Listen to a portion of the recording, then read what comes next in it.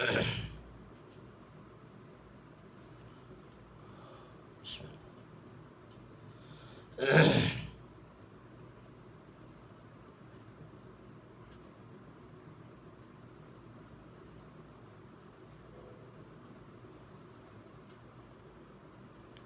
Masya Allah, kita tunggu kawan-kawan masuk. Masya Allah, kawan-kawan dah belum masuk. Alhamdulillah. Waalaikumsalam warahmatullahi wabarakatuh. Alhamdulillah, semalam kita dah belajar mengenai hadis, dan di akhir hadis tu Nabi SAW pesan, ihfazuhunna. Ihfazuhunna. Dua Nabi pesan, iaitu satu, kita kena amalkan, dan satu, kita kena sampaikan. Jadi apa sahaja yang kita dengar sekarang ni, kita niat untuk amalkan dan sampaikan. Salah satu praktikal untuk kita amalkan dan sampaikan ialah tuan-tuan boleh tekan share tu. Tuan-tuan dah masuk, tuan-tuan boleh tekan share. Di situ dua sekali, ke arah untuk kita amalkan dan untuk kita sampaikan. Yang ni kita tekan share, maknanya kita boleh tengok kembali video tu dengan niat kita baca untuk kita amalkan.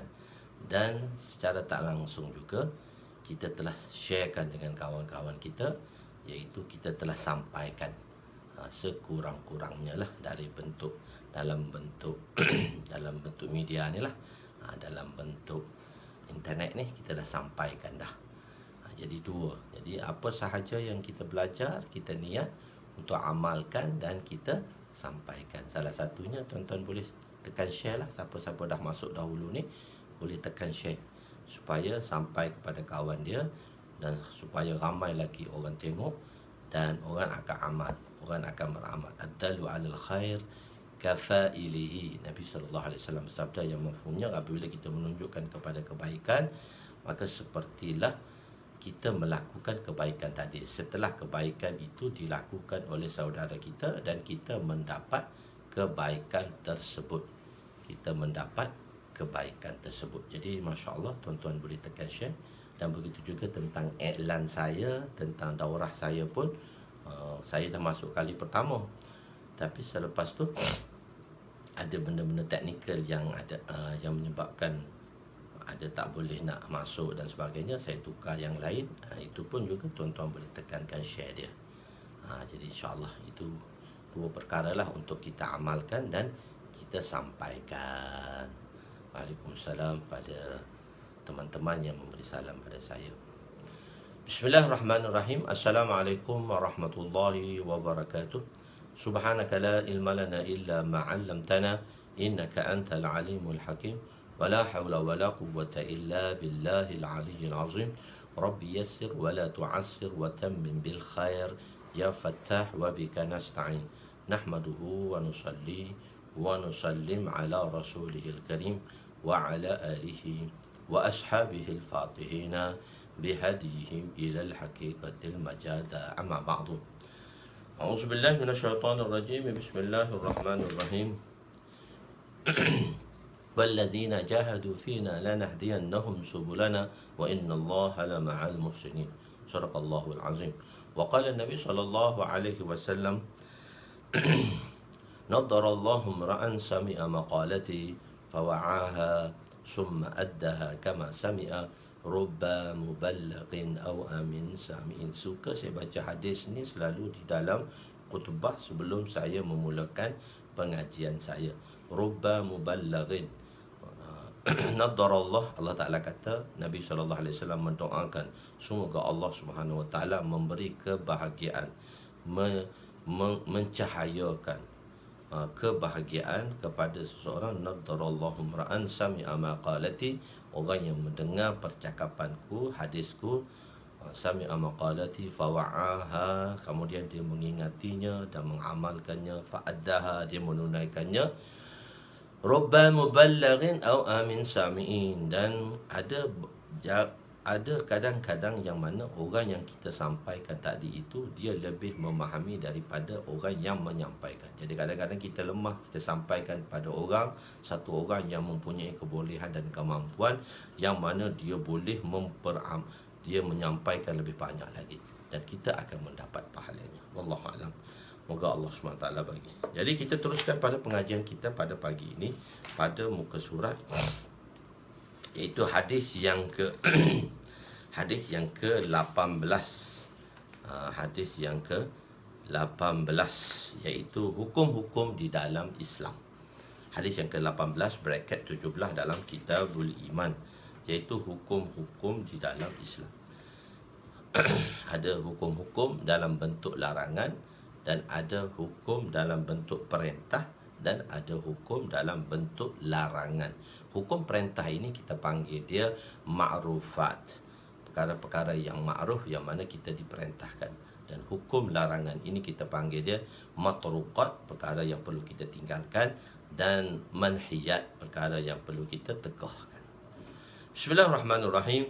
Wa an Ubadah bin Samit radhiyallahu anhu qala Rasul sallallahu alaihi wasallam qala Rasulullah sallallahu alaihi wasallam wa hawlahu isabatun min ashabihi بايعوني على ألا تشركوا بالله شيئا ولا تسرقوا ولا تزنوا ولا تقتلوا أولادكم ولا تأتوا بهتان تفترونه بين أيديكم وأرجلكم ولا تعصوا في معروف فمن وفى منكم فأجره على الله ومن أصاب من ذلك شيئا فعوقب به في الدنيا فهو كفارة له ومن أصاب من ذلك شيء ثم سطر الله عليه فهو إلى الله إن شاء عفا عنه وإن شاء عاقبه فبايعناه على ذلك متفق عليه.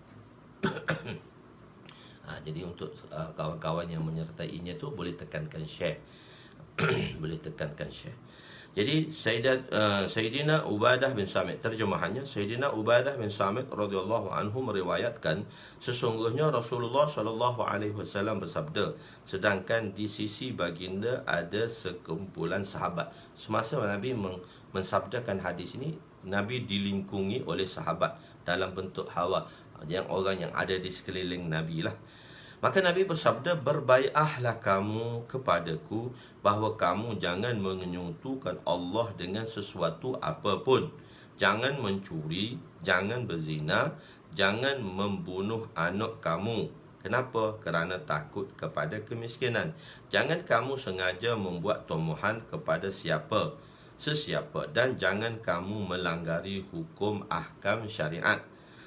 Sesiapa yang menyempurnakan bai'ah itu dalam kalangan kamu, maka ganjarannya di sisi Allah Subhanahu wa ta'ala.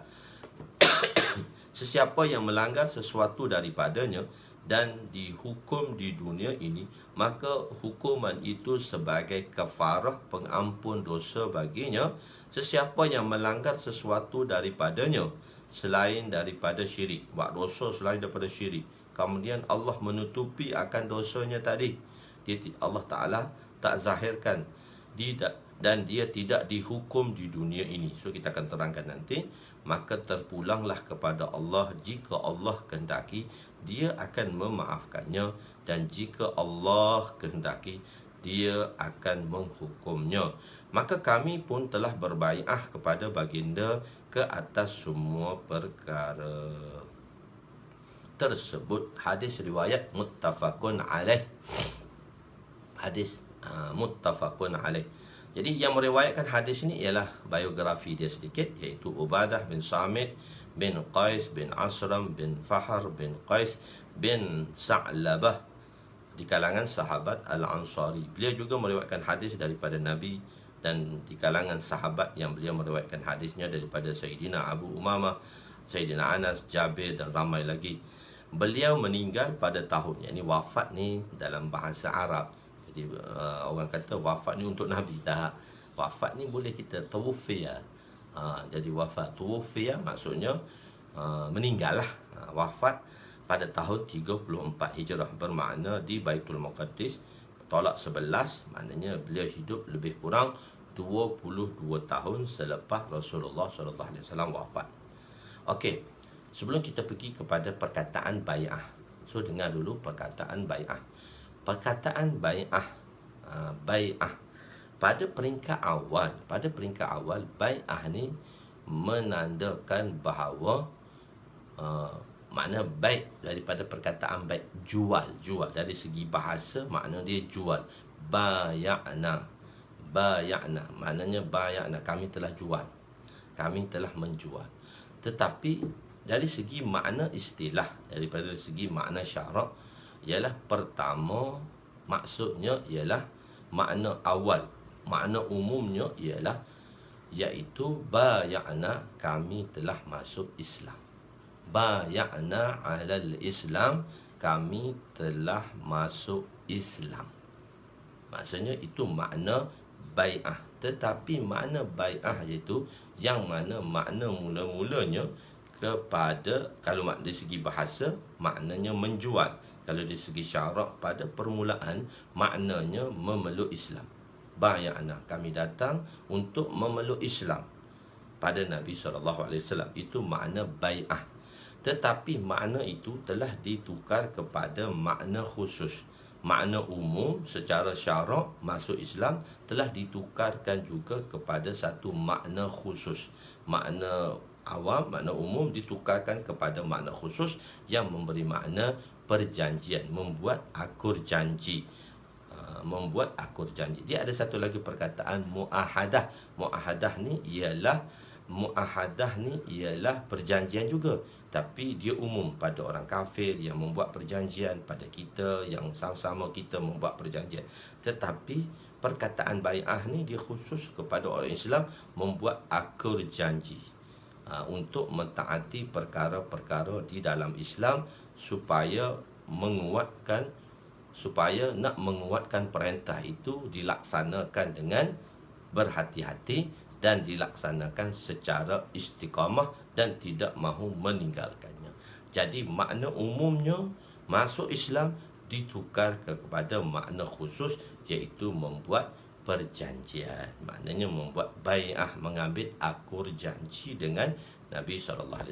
Seperti bai'atul ridwan, Nabi mengambil akur janji daripada sahabat untuk berbai'ah supaya jangan lari dalam pertempuran semasa di tempat nama yang bernama Ridwan, di bawah pokok-pokok berduri.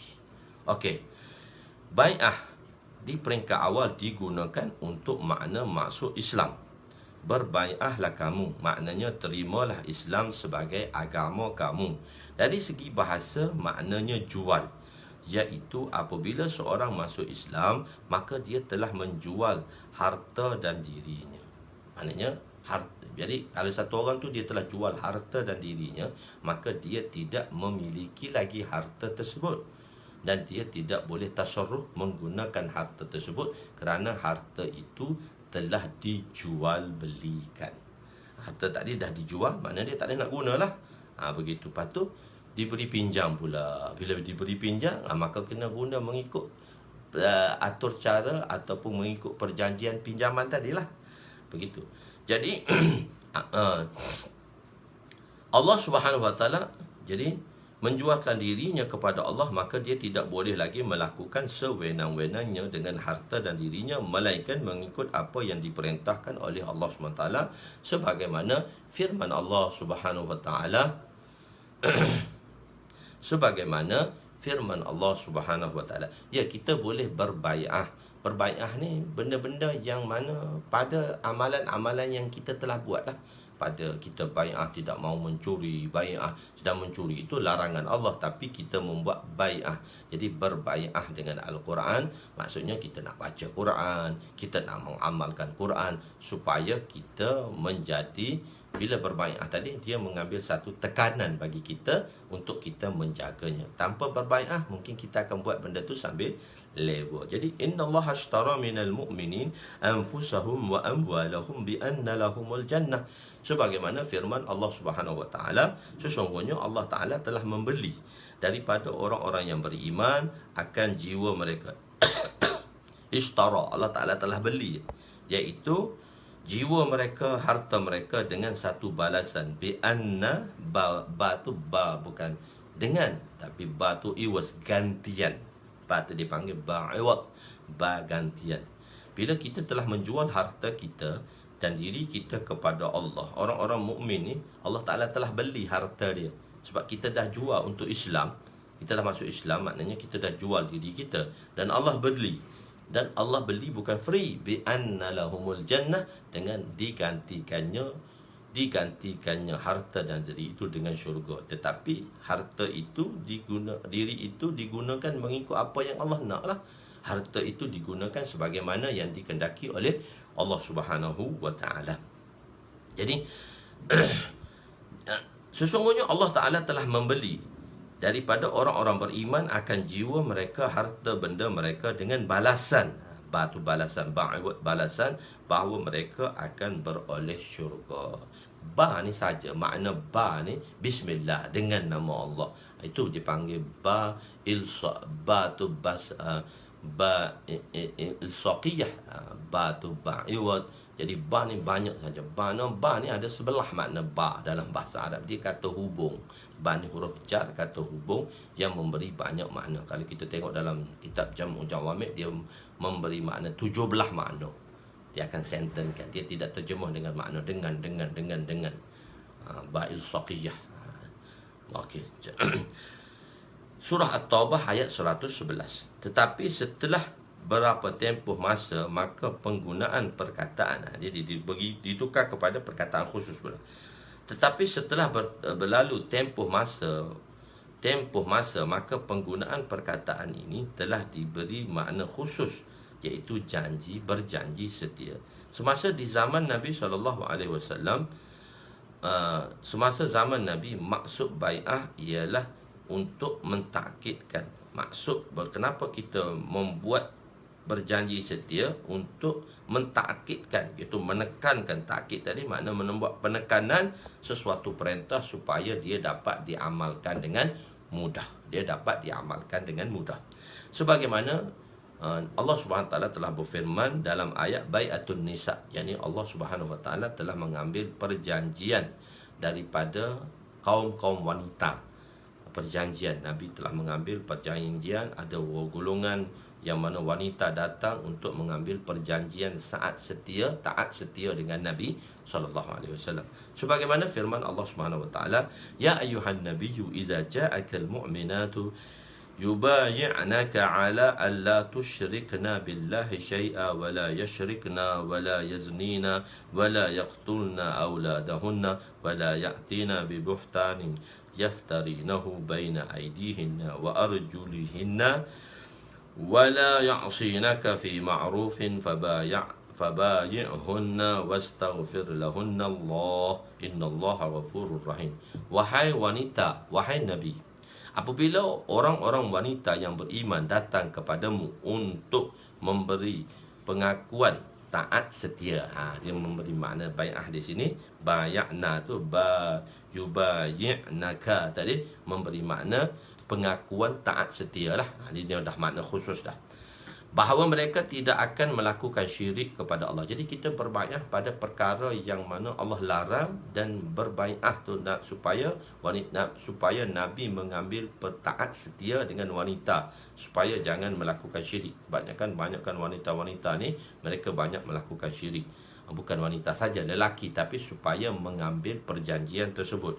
Dengan mereka mereka tidak akan mencuri, mereka tidak akan berzina, mereka tidak akan membunuh anak-anaknya, dan mereka tidak akan melakukan perkara-perkara dusta yang mereka adakan daripada kemahuan hati mereka. Dan mereka tidak akan mendurhakai kepadamu dengan sesuatu perkara yang baik. Maknanya mereka tak meninggalkan perkara-perkara yang baik. Jadi kalau tinggalkan perkara baik, membuat perkara itu maknanya mendurhakai Allah, maka terimalah pengakuan taat setia. Maka Allah Ta'ala kata terima perjanjian taat setia wanita-wanita tadi, dan pohonkanlah kepada Allah mengampuni dosa mereka, supaya Allah Ta'ala mengampuni dosa-dosa mereka yang telah mereka lakukan sebelum ini. Sesungguhnya Allah tu Maha Pengampun lagi Maha Pengasihani. Muntahanah ayat 12. Bai'ah terhadap perkara dosa ialah untuk meninggalkan perkara dosa. Satu bai'ah untuk sembahyang, saya berjanji tak akan meninggalkan sembahyang. Macam tadi tanya, macam mana bai'ah dengan Al-Quran? Saya berbai'ah dengan Al-Quran, mengambil bai'ah supaya apa? Berbai'ah ni biasanya kita berbai'ah kepada syekh-syekh lah, melalui syekh untuk kita berbai'ah. Kalau ahli sufi, kalau ahli-ahli sufi, ahli-ahli tasawuf, mereka berwasitahkan syekh untuk mengambil bai'ah, sebab kita perlu ada seorang guru yang memimpin kita. Jadi cuma bai'ah ni boleh tak selain daripada Nabi. Jadi jamhur mengatakan boleh kita berbai'ah selain daripada Nabi, iaitu pada sahabat-sahabat, para tabi'in dan para masyayikh. Tapi ada segolongan ulama daripada ulama-ulama Najdi ni, mereka tidak menerima bai'ah kecuali pada Nabi-Nabi dan pada Khulafa' Rashidin sahaja, iaitu pada Rasulullah dan pada Khulafa' Rashidin. Umumnya berbai'ah pada syekh tidak dibenarkan oleh mereka. Ini pendapat mereka. Jadi ulama Najdi, sebab tu kita kata ulama Najdi ni dia bahagian, ulama-ulama Najdi ni dia daripada Tunisia, Aljazair, di situ Morocco dan sebagainya, dia kawasan Middle East kan. Jadi perkataan bai'ah ini tidak perkataan ini umum, untuk umum. Mereka tidak terima untuk umum orang Islam. Mereka hanya menerima Rasulullah dan para khulafa' Rashidin, tetapi tidak pada yang lain. Jamhur ulama telah berpendapat bahawa bai'ah itu diharuskan, bahkan disunatkan untuk berbai'ah. Dan diharuskan, dan perkara ini perkara yang baik. Sunat ni maksudnya benda baik. Begitu. Tiada halangan yang dilihat untuk melakukan bai'ah. Jadi tak ada halangan pun kenapa tak boleh kita berbai'ah kepada syekh-syekh, kepada guru-guru yang mana guru-guru mursyid lah. Amalan-amalan mereka tu amalan sunnah Nabi SAW. Mereka orang-orang yang baik, bukan mengajak kepada itu. Jadi kita nak bersyekhkan, maknanya kita perlu ada guru yang mursyid. Kehidupan mereka tu kita tengok tenang, kehidupan akhirat yang ada pada mereka. Masya Allah. Pertama ialah berbai'ah pada amir. Bai'ah pada pemimpin lah. Amir ni maksud dia pada pemimpin. Jadi kita berbai'ah untuk bay'ana ala sam'i wa ta'ah. Nampak kata bay'ana ala sam'i wa ta'ah. Kami berbai'ah pada bay'ana ala sam'i, untuk kami dengar. Satu kadang-kadang kan kita nak sampaikan satu benda, nak dengar pun tak nak.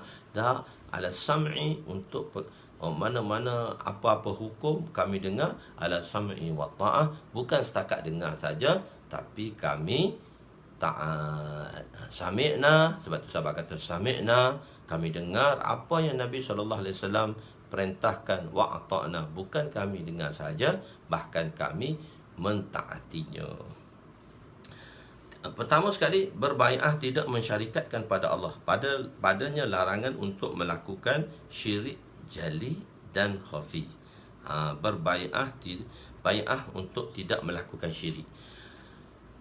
Bai'ah tidak melakukan syirik. Satu, syirik jali secara terang-terangan. Jadi saya tak terangkan banyak di sini, sebab dulu kita dah beritahu dah, jangan mensyarikatkan Allah tu macam mana. Kita berbuat akur janjilah untuk tidak melakukan syirik jali secara terang-terangan.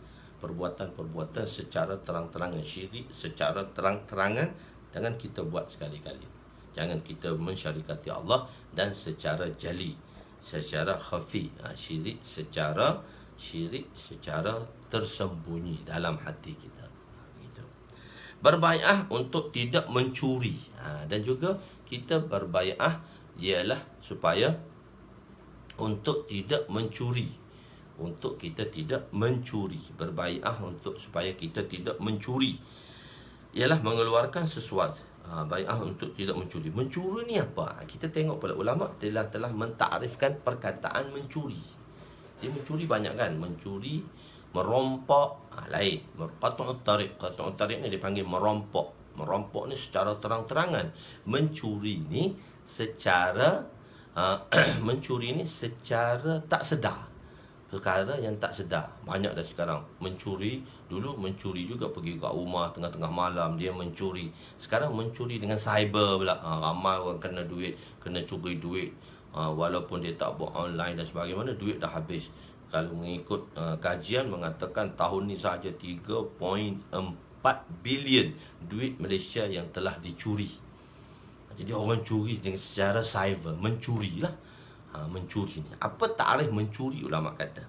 Ialah mencuri iaitu mengeluarkan sesuatu yang berharga daripada tempat terpelihara. Keluar mengambil sesuatu daripada tempat terpelihara. Misalnya dalam rumah kita ada peti, dan peti tu kita simpan, jadi duit kita simpan dalam bin. Benda tu tempat terpelihara, ada secure dia, maknanya ada security dia. Maknanya duit tu tak boleh keluar. Tapi pencuri-pencuri cyber ni pandai. Dan dulu pencuri rumah. Jadi pencuri cyber ni dia tak memamerkan diri dia sebab dia tak nak tahu dia adalah scammer dan pencuri. Jadi semua tu adalah perkara-perkara yang melibatkan kepada mencuri, perbuatan mencuri dan mengambil sesuatu daripada tempat yang selamat. Jika sesuatu barang dijumpai di tengah jalan, maka ia tidak termasuk dalam hukum mencuri. Jadi bila tengah jalan barang mahal berharga, bila bahan mahal berharga, bila barang tu jatuh, dia dipanggil luqtah, barang yang tercicir. Jadi orang ambil tadi dia tidak kira mencuri sebab benda tu umum, benda tu semua orang nampak. Semua orang nampak, dia bukan duduk di tempat tersembunyi. Maka kalau satu orang tu dia ambil walaupun benda berharga di tengah jalan, maka sabit kesalahan dia ambil benda tu, so dia tidak dihukumkan ke atas had mencuri, iaitu hukuman mencuri. Kalau sabit kesalahan pun dia tidak dihukumkan ke atas perbuatan mencuri sebab dia mengambil barang tadi di tempat yang jelas. Cuma dia angkat barang tu, orang lain tak nak angkat, dia angkat. Sebenarnya kita tak dibenarkan angkat kecuali dengan niat untuk sampaikan. Tapi orang tu angkat tu memang dia nak guna dah. Itu tak boleh, salah lah. Dah kita bahaskan di dalam innamal a'malu bin niat dahulu. Cuma mencuri ini ada satu dia panggil mencuri kain kapan.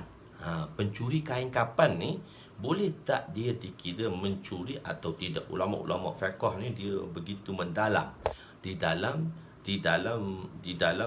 mengambil pengertian dan dalam mengambil penjelasan. Sebab bila kita pergi fiqh, mereka dia panggil dalam lah. Jadi maka perbahasan di kalangan ulama iaitu pencuri kain kapan, kita panggil dalam bahasa Arab nabash. Nabash ni pencuri kain kapan. Adakah pencuri kain kapan ni dikira mencuri atau tidak? Jika berlaku sabit kesalahan, maka dia boleh dihukum atau tidak mengikut had-had ni dalam singular lah. Kalau pluralnya hudud dah. Kalau kita kat Malaysia dah ma'ruf dah, makna majaz mutaruf, makna yang kedua tu kita panggil dia hukum hudud. Hukum hudud. Had tu dah hukum lah. Had tu hukum yang disabitkan daripada Al-Quran dan hadis. Dan maka kita panggil dia hudud. Hudud tu plural pada perkataan had. Dalam bahasa Arab dipanggil had. Hadal. Had. Hukum. Mana had. Maka plural dia ialah hudud. Tapi kita ma'ruf dengan Melayu juga hukum hudud lah. Yang maknanya makna plural itu telah diberi makna singular dalam bahasa Melayu. Sebab penggunaan dalam bahasa Melayu kita panggil hukum hudud. Jadi dalam Arab dia kata had, cukup saja had. Maknanya dia dikenakan hukum had. Maknanya sebagaimana yang dikehendaki oleh hadis dan Al-Quran lah, mengikut perintah hadis dan Al-Quran dan kefahaman ulama dalam mengeluarkan hukum tersebut dan mengistimbatkan hukum itu. Mengeluarkan hukum di situ. Jadi Imam Abu Hanifah mengatakan nabash tidak termasuk sebagai mencuri kerana tempat itu tidak terpelihara. Kan kubur tu tak terpelihara pun. Kubur tak terpelihara pun. Dia orang boleh gali. Dulu orang gali kubur nak ambil kain kapan saja, nak jual kain kapan sahaja, nak jual kain kapan jual harga murah-murah. Tapi sekarang dia pencuri kain kapan tu dah lain dah. Maksud dia black magic dah. Dia nak buat black magic. Lagi hukum dia teruk lagi sebab dia nak mengkhianati orang. Sebab dia nak mengkhianati orang. Jadi Imam Hanifah kata pencuri kain kapan ni sebab dia tidak termasuk dalam takrif mencuri. Sebab kubur tu tak selamat, tempat orang tak jaga pun, tempat terbuka, cuma ditutup dengan tanah saja. Tapi bahas lagi kalau dia kunci, dia buat rumah, dia buat kunci, tu macam orang buat memory park tu, macam mana dia kunci apa semua. Imam Hanifah dia bahas, dia panjang, kita tak nak bahas. Cuma nak beritahu bagi Imam Hanifah, nabash ni dia tak dikira mencuri. Maka hukuman mencuri jika sabit kesalahan tidak dijatuhkan ke atas nabash tadi, pencuri kain kapan. Tetapi dalam mazhab Imam Syafi'i, kita kata sebagai mencuri jika sampai had. Saya terjemah had, hudud lah, jika sampai hukum hudud. Tapi jika sampai hukum hudud, tapi saya tulis jika had. Tuan-tuan boleh bracket tu, hukum had tu hudud. Hukum hudud lah, boleh dipotong tangan. Bila sabit dia, berapa berat dia? Lebih kurang dalam 10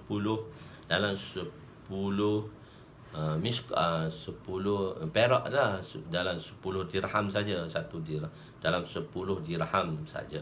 Kalau 10 dirham tu, satu dirham dalam 40 ringgit. Kalau 10 dirham dalam 400 ringgit sahaja. Dalam 400 ringgit lebih kurang lah dalam perbahasan. Kena tengok detail lagi lah sebab berapa hukum perak tadi boleh turun dan naik sebagainya. Mencuri dengan terang-terangan dipanggil perompok. Dipanggil mencuri secara terang-terangan, kita panggil dia perompok. Dalam bahasa Arab kita panggil qat'ut tariq. Orang yang mencuri perompok. Tapi ada lagi satu mencuri ni, iaitu mencuri di dalam kerja-kerja amal, kerja-kerja khidmat. Mencuri tulang. Mencuri tulang di dalam pejabat, kita mencuri tulang, maknanya kita mencuri masa. Ini perlu kita jaga, jangan kita sampai mencuri tulang. Mencuri waktulah, waktu-waktu yang telah ditetapkan, waktu itu kita gunakan betul-betul supaya kita tidak mencuri tulang. Kedua, berbaiat tentang berzina. Jangan berzina. Berzina yang kita maksudkan di sini ialah ada dua berzina. Satu, zina hakiki, memang berlakunya zina hakiki, maknanya real zina lah. Apabila bergabungnya alat kemaluan lelaki dan wanita secara tidak sah, maknanya secara tidak ada hubungan yang sah, maknanya bukan suami isteri dan bukan juga hamba kepunyaan tangan kanan.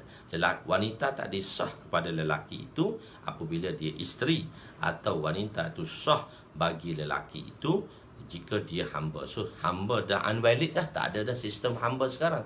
Maka yang halal pada lelaki itu, wanita itu halal pada lelaki ialah suaminya. Jadi berzina ni, itu kita panggil dia berzina hakiki. Macam mana hubungan suami isteri, maka berlakulah hubungan yang bukan mahram, hubungan yang tidak ada mahram lelaki dan wanita. Bila berlakunya sebagaimana berlakunya hubungan antara suami isteri, maka itu kita nama dia zina. Zina ini kita panggil dia zina hakiki.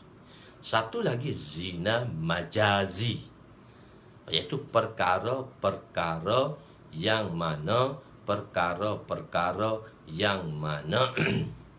kalau dalam tu ada harta, dia tak dikira curi lah, sebab bukan benda tu benda yang tempat selamat. Dia bahas lagi lah. Jadi contohnya dia tak kira. Tapi kalau mengikut Imam Syafi'i, mengikut benda tu di kain kapan tu, zaman sekarang orang tanah harta kan, itu kena bahas balik lah. Tapi ulama mengatakan kalau harta dia dikira mencuri jugalah di situ. Tapi kalau mengikut Imam Syafi'i, taklah, kenapa kau simpan harta kat situ? Dia didakwa lah. Kalau dia atas mahkamah syariah dan mahkamah civil, dan biasanya bila mencuri situ di atas mahkamah civil, hukum dia lain sikit. Kalau mahkamah syariah memang hukum kerak tangan tak boleh diberikan lah, sebab kenapa kau simpan duit engkau dalam kubur? Begitu. Itu cukuplah tentang mencuri. Tentang sekarang berzina, kita nak beritahu. Satu, berzina.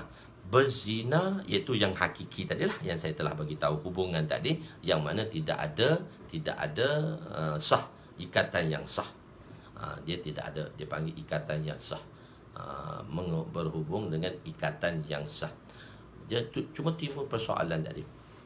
Dalam timbul persoalan, dan dulu timbul banyak perkara-perkara yang dibuat bila satu orang tadi dia berzina. Dengan berzina tadi, maka dia telah pregnant. Bila dia pregnant, maka dia kahwin. Ada orang kata kalau wanita dalam pregnant dia tidak boleh kahwin. Maka perkahwinan dia timbul dalam masyarakat kerana kejahilan. Dia fikir dengan kepala otak dia. So dia kata ini berzina, jadi kita telah berzina seumur hidup dia. Ramai orang telah viralkan satu masa dalam keadaan dulu. Dia satu orang kan, yazubillah lah perkara ni berlaku, lelaki perempuan dia telah berzina sehingga menyebabkan si perempuan tadi mengandung. Bila tahu mengandung, maka dia telah kahwin. Dan orang kata wanita yang telah kahwin sudah mengandung tak boleh kahwin. Jadi dalam mazhab ini, dalam mazhab kita Imam Syafi'i, kita melihat dari sudut adakah kandungan dia tu kandungan muhtaram. Dia fiqh ni macam tu sikit. Adakah kandungan itu kandungan muhtaram atau kandungan ghair muhtaram, kandungan yang mulia, ataupun kandungan itu tidak mengikut susur jalur yang halal daripada ghair muhtaram, iaitu daripada penzinaan. Jadi jika wanita itu hamil disebabkan zina, maka hamil dia tak ada ghair muhtaram dia panggil, maka perkahwinannya sah. Bukan perkahwinan yang tak sah yang diviralkan dulu. Tapi jawapan ini jawapan telah diberikan.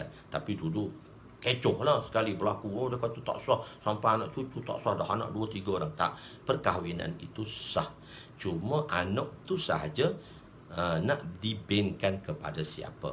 Tapi kalau dalam masa 6 bulan, kalau lahir dalam masa 6 bulan, maka anak tu bolehlah dibinkan kepada bapa yang sanggup tadilah. Bapa sanggup ataupun dia punya orang yang melakukan hubungan tadi selepas dalam 6 bulan. Tapi kalau dalam masa 6 bulan, sebelum 6 bulan, dia perbahasan dari segi syafi'i sebelum 6 bulan, so anak tu tak boleh binkan bapa dia lah.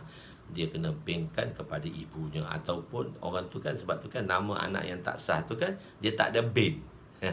Dia tak ada bin. Bin tu bila dia dah garanti sah lah. Begitulah tuan-tuan, tengoklah dalam pengambilan anak angkat dan sebagainya. Hukum tu lain pula, kita tak nak bahas di situ, panjang lagi benda tu. Jadi banyak benda yang kita nak bahas basic dahulu. Jadi perkahwinan tu sah lah sebab kandungan dia tu dipanggil ghair muhtaram. Bila kandungan, dia ada 2 kandungan, satu kandungan muhtaram dan kandungan ghair muhtaram. Bila kandungan muhtaram, maka dia tak boleh kahwin sehingga dia wazak hamil. Sehingga setelah wanita tadi dia bersalin, maka dia habis edah. Mana bersalin dia tu dah habis edah lah, maka dia boleh kahwin dengan orang lain. Tetapi kalau wanita yang mana hamil dengan sebab perzinaan, dia panggil kandungan ghair muhtaram, maka dia berkahwin semasa dia mengandung. Perkahwinan itu sah. Perkahwinan itu sah. Begitu. Jadi satu ialah sama ada zina hakiki, satu zina hakiki. Tadilah kita beritahu zina hakiki itu apa, dan zina majazi. Zina majazi ni perkara yang membawa kepada zina. Lihat, tengok, pegang, sentuh, macam tu. Dia panggil dawa'u wati. Wati ni kita panggil wati ni macam jima' lah. Dua-dua perkataan Arab, wati atau jima'. Perkara yang membawa kepada jima', perkara yang membawakan hubungan jenis. Perkara yang membawakan hubungan jenis. Okey. Termasuk, jadi makna zina ialah menunaikan keinginan syahwat bukan pada tempatnya. Maknanya lelaki tadi atau wanita tadi, dia menunaikan syahwat tadi bukan pada tempatnya. Lelaki itu bukan tempat dia, maknanya bukan orang yang sah, dan wanita tu bukan yang sah, maka itu namanya zina. Itu zina hakiki lah. Termasuklah dalam perkara yang dilarang ialah perkara-perkara yang terjerumus seseorang itu pada zina. Ini dia panggil zina iwati. Lihat dari mata turunnya ke hati. Dari mata turun ke hati, masuk dah power dalam hati dia. Maka macam-macam rancangan. Jadi sebab itu berlakunya kes-kes rogol dan sebagainya. Sekarang kes-kes rogol tu, kalau sekarang kes rogol yang mana di sini adalah disebabkan oleh dawa iwati lah, perkara-perkara yang membuat. Sebab tu Allah Ta'ala kata wala taqrabuz zina innahu kana fahishatan wa sa'a sabila. Jadi wanita tu kena jagalah pakaian dia dengan pakaian elok ni, pakaian seksi, menjolok mata. Jadi sebab itu berlakunya perkara-perkara yang zina. Tapi kadang-kadang tak juga, kadang-kadang tak juga. Kadang-kadang kes-kes rogol ni dia bukan berlaku secara spontan, tak. Sebenarnya benda ni kes yang dirancang. Kes yang dilihat, yang dirancang. Satu berlaku dulu pada satu Felda, anak muda yang balik sekolah ke asrama. Dia balik waktu malam, dia akan sampai di kampung dia. Ini berlaku kepada kampung makcik saya di Pahang. Jadi dia turun sebelum subuh. Bas tu akan sampai sebelum subuh. Jadi rumah dia tu, Felda dia tu nak pergi ke tempat pusat perhentian bas tu, dia berhenti tengah jalan. Sebab tu sekarang bas tak berhenti tengah-tengah jalan dah, dia berhenti di tempat stesen dia. Dulu berhenti tengah jalan. Tapi orang kampung berhenti tengah jalan. Jadi berhenti tu abang dia dah tunggu. Tapi ada orang duduk lihat dia dah. Orang-orang ni dah lihat dia. Satu hari, qadarallahu masya-Allah, apa yang Allah nak buat kalau kita tak jaga. Sebab kita harus jaga. Perkara berlaku akan berlaku, tapi kita jaga benda itu sebab kita tak tahu. Jadi satu hari dia turun, abang dia tak sempat sampai. Dia pun tunggu juga di tempat kampung dia tadi. Sebenarnya ada orang dah tengok dah. So orang tu kidnap dia, orang tu rogol dia, dan orang tu bunuh dia. Tahun 2000 peristiwa ni berlaku. Orang kidnap dia, rogol dia lalu. Dulu rogol tak bunuh, tapi sekarang rogol dah bunuh lah. Dia jadi kes lain dah. Abang dia sampai tu, tengok adik dia tak ada lah. Abang dia tersampai 5 minit lewat je. Lewat sahabat. Patutnya adik tu tak turun lah, tapi dia kata kampung dia tak ada syak apa pun. Nampak ke? Orang kidnap dia. India 2 orang, Indo 2 orang. So telah rogol dia dan bunuh dia. Itu kes rogol. Jadi dia daripada penglihatan lama. Kalau kes-kes rogol ni, dia akan lihat tadi. Okey. Jadi jangan kamu menghampiri zina. Hampir zina lah kita panggil dia dawa iwati, iaitu zina majazi. Sesungguhnya zina itu adalah satu perbuatan yang keji. Sebab tu kita jangan mendekati zina. Bila mendekati zina, bila kita cenderung ke arah zina, maka zina itu mungkin akan berlaku secara realiti. Jadi perbuatan yang keji adalah satu jalan yang jahat yang membawa kepada kerosakan. Termasuklah satu lagi ialah liwat. Gay, sesama lelaki, lesbian, sama perempuan, LGBT dan sebagainya. Jadi hukum ni semua dia dipanggil hukum zina lah. Hukum zina. Jadi kita kalau dalam takrif zina, menunaikan syahwat bukan pada tempatnya. Okey, suami isteri halal kerana hubungan mereka sah, tapi mesti pada tempatnya, iaitu pada faraj wanita. Maksudnya bagi lelaki, alat lelaki akan masuk di dalam alat kelamin lelaki, akan masuk di dalam alat kelamin wanita. Bila berlakunya di situ, maka dia dikira hubungan lah. Dia tu, maka kalau suami isteri sah, hubungan tak disah, bahkan mendapat pahala lagi. Sah sebab dia menunaikan hak dan syahwat dia tempat yang Allah suka. Tapi jika suami isteri berlakunya hubungan suami isteri, tapi suami tadi dia telah melakukan hubungan kepada isteri tadi bukan di jalan yang sah, iaitu bukan pada faraj. Faraj ni kubul lah, kita panggil bahagian hadapan, kita panggil dia faraj, dan kubul bahagian belakang dia panggil dubur. Jika suami tadi melakukan hubungan daripada alat kelaminnya dan memasukkan di dalam dubur, isterinya juga dipanggil zina walaupun suami isteri yang sah. Kerana apa takrif dia tadi? Menunaikan keinginan syahwat tidak pada tempatnya. Kita panggil dia liwat. Jadi liwat ni sama lelaki. Tetapi kalau suami isteri, suami meliwat isteri, maknanya suami mendatangi isteri bukan daripada jalan yang sah, maka itu namanya liwat. Itu namanya liwat. Jadi sebab apa? Termasuk makna dan zina itu juga, maka berzinalah, dia hukum dia macam berzinalah. Cuma hukum nak sabitkan macam mana hukum zina, boleh ke tak boleh? Sebab hukum zina ni bila sabit kesalahan, hukum zina ni bila sabit kesalahan, maka dia boleh dihukum rejam kalaulah pasangan tadi sudah berkahwin. Dia panggil muhsan. Muhsan dan muhsanah. Dia muhsan dan muhsanah, iaitu lelaki yang sudah berkahwin, wanita yang sudah berkahwin. Okey. Dan ghair muhsan iaitu anak dara ataupun anak teruna yang belum berkahwin, maka sabit kesalahannya. Jika sabit kesalahannya, maka boleh dihukumkan had. Untuk sabit kesalahan ini, dia ada dua kaedah. Dia ada dua proses. Satu dengan ikrar orang yang melakukannya. Maknanya dia buat pengakuan. Ikrar tadi, dia buat pengakuan. Satu lagi, sabit dengan saksi. Dan sabit zina dengan saksi ni, mesti saksi itu 4 orang. Mesti sabit saksi tadi 4 orang melihat dengan mata lendir dia, dan dia memberi pengakuan, barulah hukum. Dan kebanyakannya perkara ini berlaku kepada sahabat. Tengok tuan-tuan, buka minda dahulu.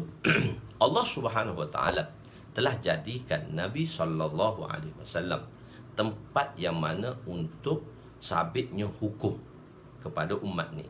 Jika perkara-perkara yang tidak memudaratkan ke atas seorang Nabi kerana kenabiannya tadi, maka kelalaian atau hukum-hukum tadi tidak dikenakan ke atas Nabi. Tetapi untuk sabitkan kesalahan pada umat ni, dia perlu ada modul. Maka Allah jadikan sahabat itu sebagai modul. Sebab kalau sahabat tak buat salah, macam mana hukuman, macam mana nak jadikan modul, cara macam mana untuk hukumkan zina tadi. Jadi berlakunya kesilapan ke atas sahabat. Tapi oleh kerana iman mereka telah bertaubat, dan taubat mereka tadi memberi efek, kesan yang meluas, dan Allah menerima taubat mereka. Tapi Allah salahkan jugalah mereka. Sebab sebagai satu modul kepada umat ni. Kalau tidak, macam mana nak sabit kesalahan? Sabit kesalahan, macam mana nak hukum rejam? Macam mana nak hukum nak hukum hadir qazaf, iaitu nak hukum tahmah. Hadir qazaf lah, maksudnya kena hadir qazaf. Sebab berlakunya tahmahan, dan tahmahan tu salah. Jadi 3 orang sabitnya kesalahan zina di kalangan sahabat dan sahabi. 3 orang, yang mana insyaAllah nanti kita cerita pada mauqif yang berbeza. Jadi cuma nak bagi tahu pada mauqif ni, pada tempat lah, pada tempat yang lain secara detail lah. Nanti saya akan ceritakan sabit kesalahan tadi. Okey, cuma mereka ni bertaubat. Bila mereka bertaubat, Allah Ta'ala telah ampun dosa mereka. Ada juga, dan tapi mereka tadi sabit kesalahan itu dengan saksi. Bukan dengan saksi, dengan ikrar. Dia ikrar 4 kali dalam majlis Nabi, maka sabit kesalahan. Maka bila sabit kesalahan, maka Nabi telah hukumkan mereka tadi. Tapi ada juga mereka buat tahmah. Ada yang mereka yang buat tahmah, seperti mana tahmah kepada Sayyidatuna Aisyah radhiyallahu anha, bahawa Sayyidatuna Aisyah ni ditahmahkan berzina. Dan ada di kalangan orang Islam terpengaruh dalam tahmahan tadi kepada Aisyah, dan macam mana Sayyidatuna Aisyah telah dibersihkan oleh Allah Subhanahu Wa Taala melalui ayat yang mengatakan pembersihan Aisyah daripada perkara tersebut. Berlakunya tomahan, sebab berlakunya tadi Sayyidatuna Aisyah dalam satu safar, dalam satu bermusafir. Sayyidatuna Aisyah ni dia duduk, masa tu hukum purdah telah diturunkan, maka wanita ni di atas unta tu dia buat tempat duduk, dan dia ada tempat yang tertutup, tak nampak di dalam orang tu, sebab masa tu hukum purdah telah sampai kepada Islam sebelum tu. Jadi Sayyidatuna Aisyah ni dia pergi buang air. Bila dia pergi buang air, dia balik daripada buang air. Jadi Sayyidatuna Aisyah ni muda, masa tu badan dia kecil lagi, orang tak terperasan lah dia duduk atas unta tu macam ada orang ke tak ada orang. Jadi bila dia tengok gelang dia hilang, barang dia tertinggal, gelang dia hilang, dia pun turun tak bagi tahu Nabi untuk pergi ambil barang dia tadi, tempat dia buang air.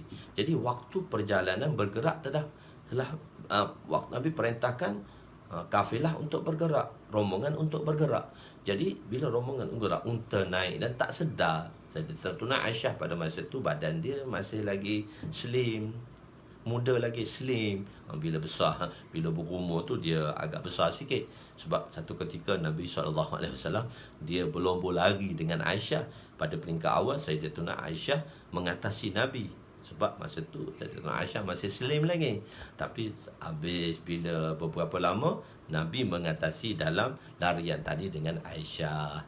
Masa tu mungkin badan Aisyah agak gempal lah sedikit. Jadi masa tu turunnya hukum purdah. Jadi benda tu duduk di atas duduk di atas unta. Jadi tak perasanlah Aisyah berada di atas unta tadi. Maka tidak ada di atas unta kerana pergi mengambil barangnya. Jadi selepas tu berjalan Aisyah pun datang, kafilah dah tak ada dia pun tunggu, tak apalah. Nabi SAW ni bila Nabi berjalan, dia ada yang hadapan rombongan dan ada yang belakang. Belakang ni dia akan satu orang sahabat akan diletakkan di belakang untuk mengambil barang-barang tercicir. Nama sahabat tadi saya tak ingat dah, lupa. Dia tengok jauh, ada wanita. Dia kata Aisyah. Dia kenapa dia cam Aisyah? Sebelum itu hukum purdah tidak ada lagi. Pada masa hukum purdah tak diturunkan lagi, orang kenal Aisyah tu macam mana. So dia kenal Aisyah tu macam mana. Dia tengok Aisyah, dia perasan Aisyah, dia pergi dekat. Bila balik tu dia disampaikan pada Nabi, itulah orang munafik buat tuduhan Aisyah telah melakukan perbuatan yang tak baik. Ketua munafik lah Abdullah bin Ubay bin Salul lah yang memulakan rancangan ini untuk memburukkan Aisyah. Jadi ada orang Islam yang terpengaruh, ada sahabat yang terpengaruh dalam tohmah tadi. Jadi ada juga orang baik tadi dia terpengaruh. Jadi sebab tu kita yang buruk-buruk ni jangan kita terpengaruh lah. Kalau sebaik-baiknya, kalau perkara-perkara yang tak elok ni, kita tak payah ambil tahu sangat lah. Jangan kita terpengaruh, jangan kita over lah dalam memberi komen ke, over sangat. Jadi kita tak tahu benda tu betul ke tak betul. Sebab apa yang kita saya lihat dengan mata saya lah, benda tu betul lah. Sebenarnya mata yang kita lihat ni pun kadang-kadang tak betul. Satu cerita atas cerita banyak lah pulanya. Tak apa, kita nak jangan cerita kan. Jadi saya tengok dalam kisah Tambil Horor, nak bagi tahu apa yang kita lihat tu kadang-kadang walaupun kita lihat benda tu tabayun, kita kena tabayun. Kadang-kadang kita lihat pun tak betul. Hak betul tu sebenarnya tak betul maksud dia. Satu ketika satu orang dia kata, "Jom, aku nak bawa kamu satu tempat ni." Dalam Tambil Horor film lah cerita ni. "Aku nak bawa kamu satu tempat. Kamu lihat saja peristiwa ni berlaku. Jangan kamu iakan." Okey, dia pun bawa seorang tadi satu tempat. Maka datanglah, bila dia duduk tu, kamu tengok peristiwa yang akan berlaku di sini. Bila satu orang datang, si A datang. Si A datang, dia bawa barang.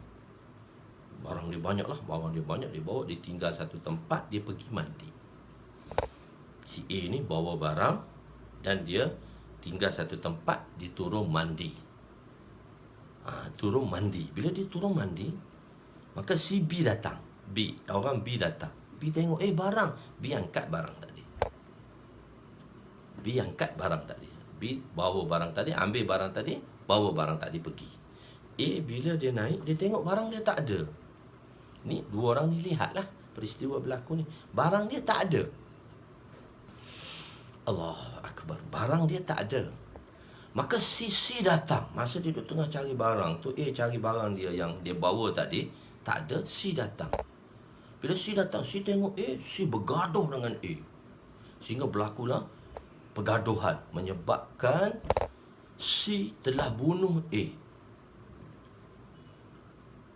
Orang tu tengok, dia kata, habis cerita dia di situ. Dia kata, kamu tengok daripada peristiwa yang kamu tengok dengan mata lendir kamu ni, peristiwa ni siapa salah? Siapa dianyanya? Dia pun kata, boleh tengok dah, benda betul. Dia tengok dengan mata dia. Dia kata, lah dianyanya. Sebab barang dia diambil orang, dan dia pula telah dibunuh. So, A lah yang dianyanya. Hakikatnya, orang tu kata sebaliknya, cerita sebaliknya. Peristiwa belakang kau tak tahu. Kau tengok peristiwa depan saja, dan peristiwa belakang kau tak tahu. Sebenarnya A tadi bawa barang yang dicuri. Dicuri satu barang satu orang. So dia bawa tadi, dia pergi mandi. Bila B datang, B tengok, barang aku lah, real lah barang aku, dengan nama dia, semua ada. Dia kata, Alhamdulillah, jumpa balik kat sini. Dia pun angkat barang dia. B tadi dia mungkin mengangkat, dia mungkin mencuri, dia mengangkat barang dia yang dibawa oleh A yang mencuri. Ini kerana dia jahat, dia mencuri orang. Dan dia bila mencuri ni macam-macam, dia boleh bunuh dah orang. Maka datang C tengok, ni A ni bunuh ayah aku dulu ni. Dia bergaduh, dia pun tikam A pun matilah. Jadi siapa bersalah? A. Tapi tengok cerita tu macam dianyanya. Kadang-kadang apa yang kita lihat tu tak betul. Walaupun betul, tapi hakikat dia tak betul. Apatah lagi benda yang kita tak lihat. Jadi fitnah berlaku. Jadi kita tak payahlah nak komen benda-benda tu tadi di pening kepala saja. Membawang tu satu hal. Kita nak komen macam-macam sebab kita tak tahu benda tu. Sehingga Pak Haji tu pengaruh lah Ustaz. Ya, sahabat tu pun terpengaruh. Jadi bila pembersihan Sayyidatuna Aisyah radhiyallahu anha, jadi Nabi dalam keadaan risau memikirkan perkara ini. Nabi pun tanyalah syur Sayyidina Ali radhiyallahu anhu. Sayyidina Ali kata, alah cerai je, ramai lagi perempuan lain. Jadi sebab tu Sayyidatuna Aisyah radhiyallahu anha apabila meriwayatkan hadis ada namanya Sayyidina Ali, hati dia terasa dengan pendapat Ali sewaktu kes dia ditahmah. Maka Sayyidina Aisyah dalam riwayatnya bila menceritakan adanya Ali, dia tidak meletakkan nama Ali dalam riwayatnya kerana dia telah terasa dengan pandangan dan syur Ali apabila ditanya oleh Nabi SAW tentang dia. Dia tak menyalahkan Aisyah. Dia kata, tak payah peningkan kepala ya Rasulullah, macam lebih kurang tu je lah, kahwin lain. Jadi dia tak bagi syur yang membina. Dan Aisyah terasa, Aisyah dalam riwayatnya, maka dia menggunakan perkataan rajul. Adalah seorang tu. Dia tak sebut nama Ali. Bila Rasulullah SAW hampir wafat, maka Nabi telah dibawa untuk sembahyang berjemaah. Nabi telah dilapah. Mana lapah? Dipapah. Dipapah. Nabi telah dipapah oleh dua orang. Satu, Abbas. Orang yang nak bawa Nabi ni mesti orang kenalan rapat. Orang yang daripada keluarga. Mana boleh orang-orang biasa tak dikenali untuk membawa Nabi kepada sembahyang sewaktu Nabi uzur. Maka Nabi SAW telah dipimpin oleh dua orang sahabat. Satu Abbas dan satu orang lelaki lagi. Aisyah sebut laki je, lelaki. Aisyah sebut rajul, adalah seorang lelaki. Aisyah terasa sebab Ali memberi syur begitu. Okey, kes itu. Jadi bila sabit kesalahan, cerita dia Aisyah tak bersalah lah, turun dengan ayat kenapa Aisyah tak bersalah dan sebagainya, panjang. So kita tak nak panjang. Jadi maka ada orang membuat tomohan, orang Islam yang membuat tomohan, maka dikenakan hadir qazaf, iaitu 80 rotan. 3 orang sahabat kena. Hasan bin Sabit, adalah abang kepada Zaid bin Sabit. Hasan bin Sabit ni dia penyair dia. Hasan bin Sabit, Hadrat Hamnah, dan Hadrat satu orang Hamnah wanita, satu orang Hamnah binti Jahas. Hamnah binti Jahas iaitu adik ipar Nabi sendiri. Hamnah binti Jahas adik ipar Nabi. Hasan bin Sabit orang-orang yang dekat dengan Nabi juga yang membuat tohmah tadi. Dan Ummul Mistah, Hadrat Sayyiduna Mistah. Sayyidina Mistah ni mak dia tu Ummul Mistah. Ummul Mistah ni ialah orang gaji rumah Aisyah. Sebab Aisyah ni kahwin muda, Abu Bakar telah mengambil keluarga dia Ummul Mistah ni untuk jaga untuk jadi macam kita kat pembantulah di rumah Aisyah ni. Sebab Aisyah muda, kahwin muda, tadi tak nak menguruskan, mungkin nak menguruskan rumah tangga tadi kurang biasa, maka diletaknya Ummu Mistah. Dan Ummu Mistah ni anak dia Mistah ni, dia keluarga Abu Bakar. Jadi tiga ni, Mistah, Hasan bin Sabit dan Hamnah binti Jahas, yang mana tiga ni dikenakan hadis qazaf apabila melakukan tomahan. Okey, tadi kita berbalik kepada zina, tomahan berzina lah. Jadi dia buat tomahan berzina, tak sabit kesalahan, maka tiga ini dikenakan hadis qazaf. Okey, isteri tadi. Tadi terdapatnya makna liwat, iaitu mendatangi isteri di bahagian belakang dubur, tidak pada kubur. Sebab apa Allah Ta'ala kata fa'tu harsakum anna syi'tum.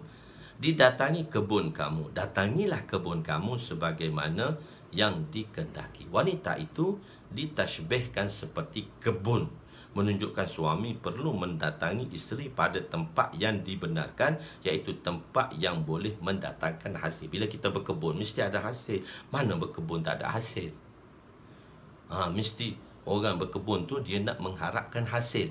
Jadi kalau dia berkebun di tempat yang tak boleh mendatangkan hasil, dia mendatangi kebun tadi, bila dia berkebun, dia mendatangi kebun tadi di tempat yang bukan untuk menghasilkan hasil, dubur, maka benda tu tak boleh lah. Benda tu salah lah. Benda tu hukum dia tak boleh lah. Zina lah. Begitu. Jadi tempat yang boleh mendatangkan hasil. Mereka yang mendatangi isteri pada bahagian belakang pasti tidak akan mendatangkan hasil. Ianya dihukum haram walaupun dilakukan terhadap isteri sendiri. Maka dia dikira liwat. Jadi hukum liwat ni macam-macam lah ulama telah sabitkan macam mana dia tak seperti hukum zina. Ada kata lebih teruk lagi pada hukum zina jika sabit kesalahan. Begitu juga dengan gay, lelaki dengan lelaki, lesbian, wanita dengan wanita, perempuan dan perempuan, semua itu termasuk zina. Semua itu dikira berzina. So Allah, wala taqtulu, habislah tentang zina. Wala taqtulu auladakum, wala taqtulu auladakum. Jangan kamu membunuh anak-anak kamu. Setengah kaum dalam kalangan Arab lah, bahasa Arab ni, mereka membunuh anak perempuan mereka. Kerana mereka menganggap memelihara anak perempuan itu satu bebanan. Sebab tu Nabi SAW datang memuliakan kaum wanita. Bagi orang Arab, dia tidak dia bagi wanita, bagi orang Arab tak adalah. Dia orang yang tak direspek. Orang yang mana dia tidak direspek. Nak tahu pula dah umur Aisyah itu perbahasan. Tapi kalau mengikut jamhur, Aisyah berkahwin, Aisyah dinikahkan pada usia 7-6 tahun dan disamakan bersama Rasulullah 9 tahun. Ada orang mari bagi dalil Aisyah kahwin umur 19 tahun, mana boleh begini. Ada 17 dalil. Jamhur mensabitkan walaupun orang tu menafikan Aisyah kahwin muda dengan 17 dalil, tak. Jamhur mensabitkan kita 17 dalil dan kita tak pernah dengar, dan kita kata betul Aisyah ni kahwin umur 19, bukan 9 tahun. Golongan Salafiyah Wahabiyah ni mengatakan tak, Aisyah kahwin umur 19. Bukan begini-gini dalil mereka. Kita pun ada dalil. Tuan-tuan, bagi orang Arab kahwin budak ni biasa je. Kahwin budak. Tuan-tuan tak pernah jumpa tau. Saya telah jumpa toknya saya ni, nenek ayah saya, mak dia nenek saya, mak pada nenek saya. Saya dapat berjumpa lagi mak pada nenek saya. Dia meninggal pada tahun 83. Umur dia 100 lebih. Masa tu tahun 83 tu saya umur 15 tahun. Saya jumpa nenek toknya, moyang saya wanita tadi. Dia selalu dia jumpa kami, dia ramai, suami dia ramai, dia cantik, dia memang cantik. Orang paling cantik lah kampung ni dulu. Dia kahwin ramai. Dia kahwin kadang-kadang berpisah dan sebagainya. Laki dia dekat 10 orang. Dan salah satu laki dia tu macam abang saya. Abang saya masyhur lah. Dia kata, saya handsome. Macam laki toknya dia, moyang saya. Jadi dia kata, aku kahwin umur 10 tahun. Dia kata, masa tu moyang saya kahwin 10 tahun. Itu dalam tak sampai pun 100 tahun lepas. Tak sampai 100 tahun lepas, moyang saya umur 10 tahun, 11 tahun dah kahwin. Jadi orang dulu 1400 tahun dulu, orang Arab pula masyhur pula dia kahwin muda. Jadi banyaklah dalil-dalil yang mengatakan. Jadi kita tak nak cerita lagi tentang tu, panjang. Nanti kita bahas mula. Bukan pohon celagi ni, di seberang Pasir Mas. Ayah saya orang seberang Pasir Mas. Mak saya orang Bandar Pasir Mas. Ayah saya SPM seberang Pasir Mas. Mak saya Bandar Pasir Mas. Mak saya sebelah Pasir Mas. Ayah saya sebelah seberang. Orang seberang, anak tok pengurus seberang, orang kedai ber. Jadi kita balik pada. Jadi orang Arab ni, di kalangan mereka membunuh anak perempuan mereka. Ada bahagian golongan mereka akan membunuh anak perempuan mereka. Kerana mereka menganggap memelihara anak perempuan ni satu bebanan lah bagi mereka. Sebab tu Nabi datang memuliakan kaum wanita. Perlu beri makan dan perlu kemudian mengahwini, nak kahwinkan anak, pening, tension. Masalah ni masih berlaku lagi di India, Pakistan. Sebab dia terpengaruh dengan pengaruh Hindu. Bila anak, dia kesian. Dia kata, bila nak kahwin, anak perempuan ni kena tanggung benda besar. Sebab ini adat Hindu. Dan orang India walaupun Islam, tapi masih lagi ada adat itu. Nak kahwinkan anak wanita dia, maka wanita ni kena sedia habis dah. Rumah kena ada, kenderaan kena ada, perhiasan rumah kena ada, untuk kahwinkan, untuk bagi kepada lelaki. Tetapi setelah lelaki tu kahwin dengan wanita tu, lelaki tu semua pekerjaan lelaki tu adalah milik wanita. Tapi nak boleh kahwin mula-mula ni, ayah ni kena perlu ada semua untuk anak wanita mereka. Ni adat Hindu, adat orang jahiliah masih ada. Botak kepala, dia kata, aku 5 anak perempuan, aku nak cari 5 rumah ni, nak sediakan suami. Kita orang Melayu simple, kahwin mula-mula tak ada apa pun.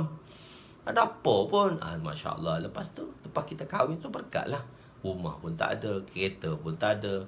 Saya basikal buruk pun tak ada kahwin. Basikal buruk pun tak ada. Tak ada apa pun. Jadi lepas tu Allah bagilah rezeki yang biasa tadi. Allahu Akbar. Jadi disebabkan berhubungan, Allahu Akbar, mereka perlu makan. Disebabkan ini perkara berhubung kait dengan perkahwinan, perlu dipermudahkan. Sebab tu kahwin ni kita mudahkanlah. Mudahkan, kita orang Melayu mudahkan kahwin. Mungkin anak kita tu dah boleh kahwin, kita kahwinkan dia cepat-cepat.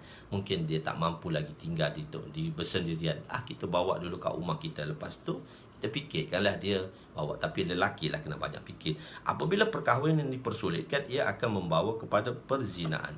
Orang Arab juga menganggap memelihara anak perempuan itu akan menyebabkan rezeki mereka berkurangan, disebabkan firman Allah Subhanahu wa taala, wala taqtulu auladakum khasyata imlaq nahnu narzuquhum wa iyyakum inna qatlahum kana qit'an kabira.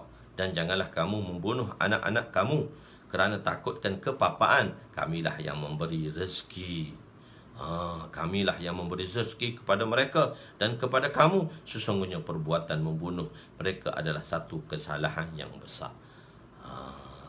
Wa in min syai'in illa indana khazainuhu wa ma nunazziluhu illa biqadarin ma'lum. Sebab rezeki ni datang daripada Allah, dan tidak ada sesuatu pun melainkan pada sisi Allah. Kami sahaja di sisi kami sahaja perbendaraan khazanah. Allah Ta'ala ni ada khazanah, dan kami tidak menurunkannya melainkan dengan mengikut kadar yang telah tertentu. Jadi Allah telah tetap dah rezeki setiap orang tu ada dalam rezeki tu. Jadi di sini Allah Ta'ala, dan ada banyak cabang rezeki. Jalan rezeki ni ada banyak cabang rezeki daripada Allah Subhanahu Wa Ta'ala.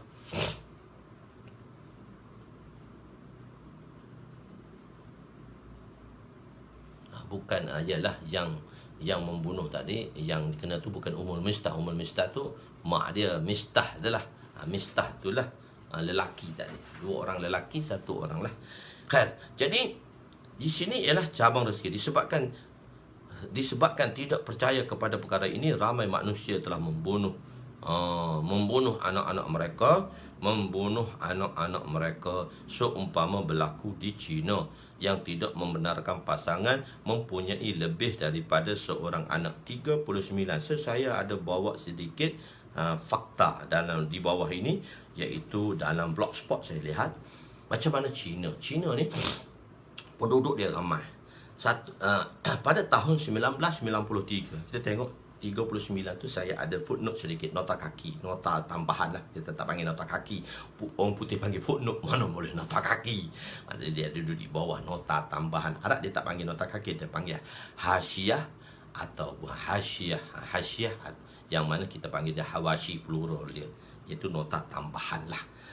Sejak kebajikan satu keluarga satu anak, Cina ni dia telah buat satu kebajikan, satu keluarga satu anak, tak lebih daripada anak, tak boleh anak ramai. Satu keluarga satu orang je anak. Kalau nak anak lebih, kena bayar.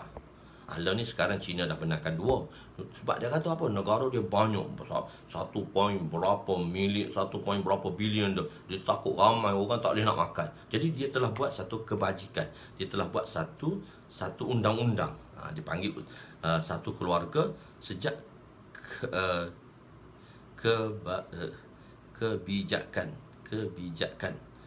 kebijakan satu keluarga, maknanya dia telah buat kebijakan satu keluarga satu anak berlaku pada tahun 1993. Kerajaan China telah membunuh hampir lebih 65 juta bayi kembar di negara tersebut. Dan fakta ni dapat pada 2012. Daripada 1993, 2012. Pada tahun 2012, bulan 8, satu orang ibu Cina melahirkan 7 kembar. Dan 7 kembar tu 6 kena matikan, 1 orang saja dia boleh ambil. Jadi, maksudnya itu lahir lebih pada seorang. Anak lebih pada seorang. Kalau kembar, matikan. Jadi, sebab itu telah membunuh bayi kembar. Cina kan banyak. Dia telah membunuh, bila lahir sekali bayi kembar, bila bunuh bayi kembar ni 65 juta dalam masa 19 tahun. 65 juta dalam masa 19 tahun. 65 juta ni 2 kali penduduk Malaysia tau.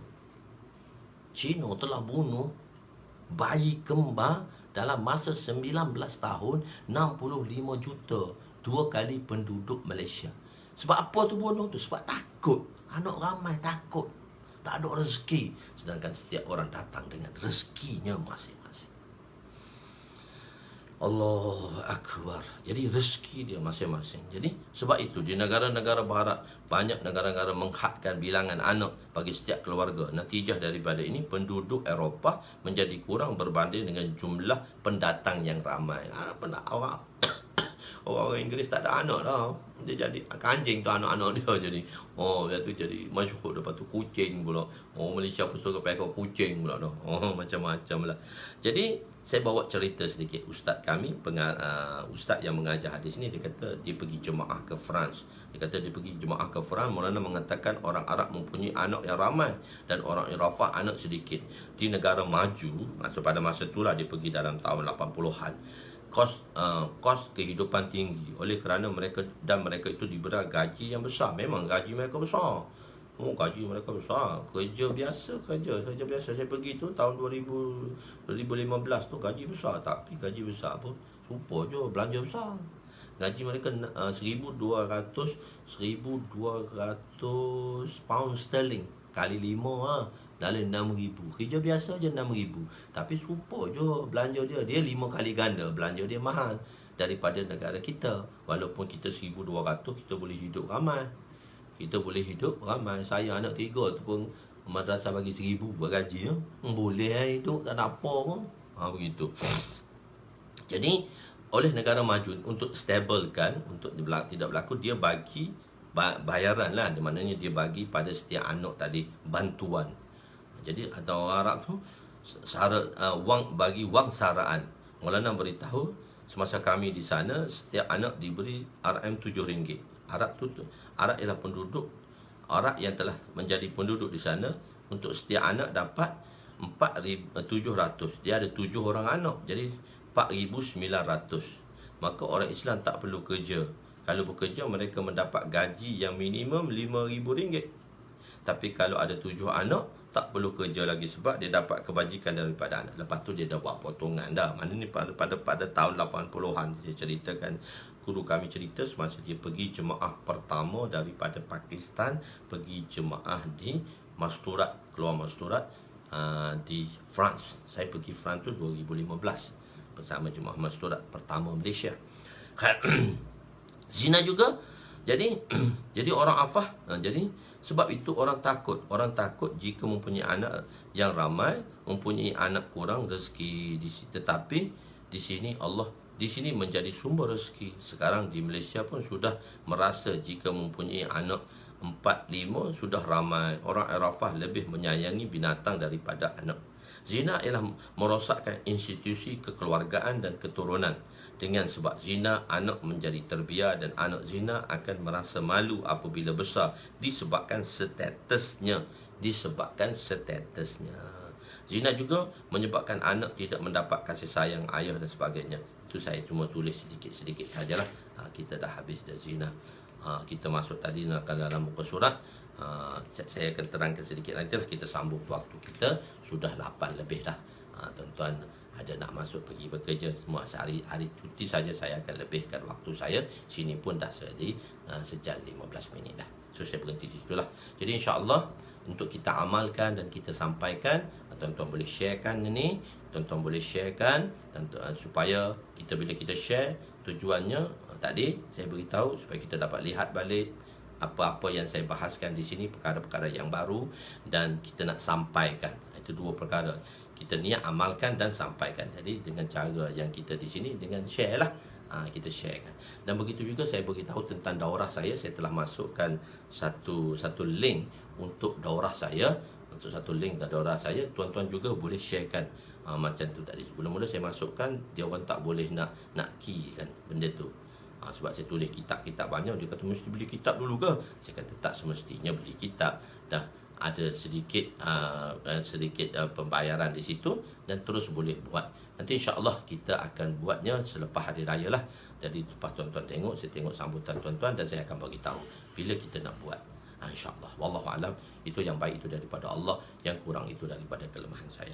Aku qouli hadza, astaghfirullahalazim li wa liwalidayya wa li jami'il muslimina wal muslimat wa lil mu'minina wal mu'minat al ahya'i minhum amwat bi rahmatika ya arhamar rahimin.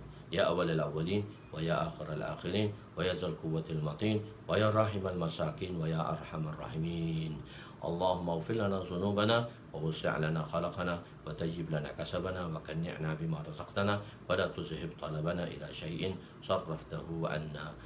Wa sallallahu ala sayyidina Muhammadin wa ala alihi wa sahbihi ajma'in walhamdulillahi rabbil alamin. Jangan lupa untuk kita beribadat di tengah malam, kerana ini dah malam ke-21 dan kita dah hari ke-21 dan 22, supaya Allah SWT kurniakan kita Lailatul Qadar. Wallahu a'lam.